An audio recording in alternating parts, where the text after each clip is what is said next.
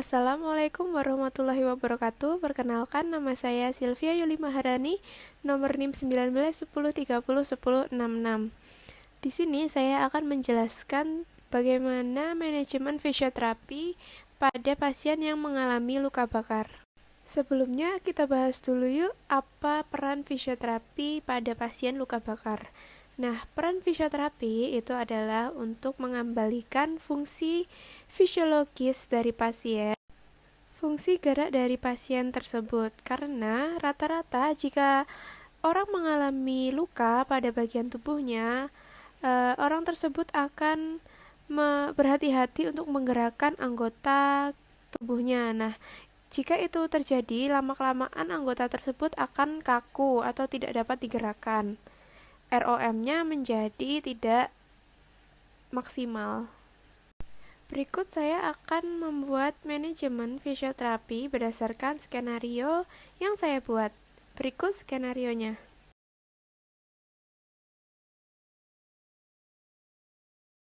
Sebelum kita melakukan tindakan intervensi fisioterapi, hendaknya kita melihat dulu bagaimana kondisi pasien.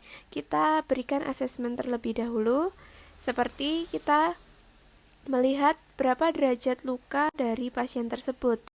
Berdasarkan skenario, derajat luka yang dialami oleh pasien tersebut adalah derajat 2.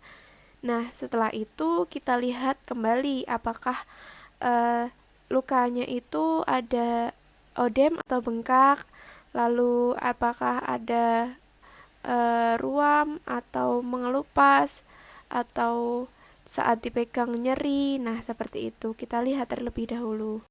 Sembari kita melakukan observasi tersebut, kita sambil melakukan tanya jawab dengan pasien.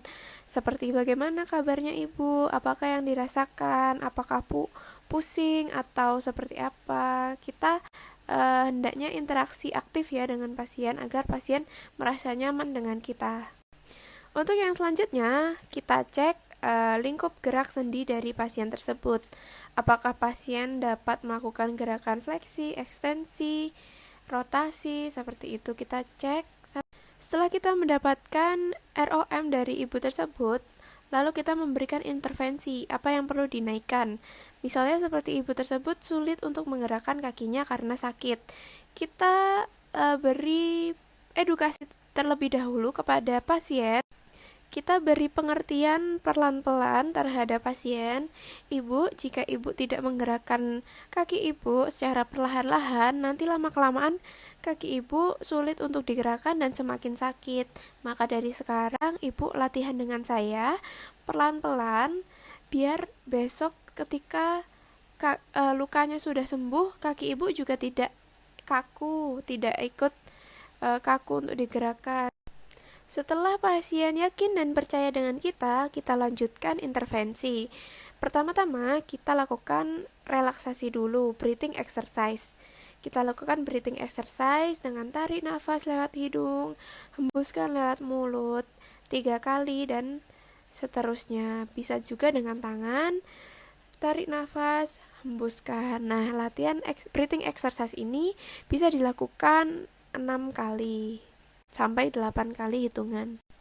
Nah, ketika kita sudah melakukan breathing exercise, maka kondisi pasien itu lebih rileks.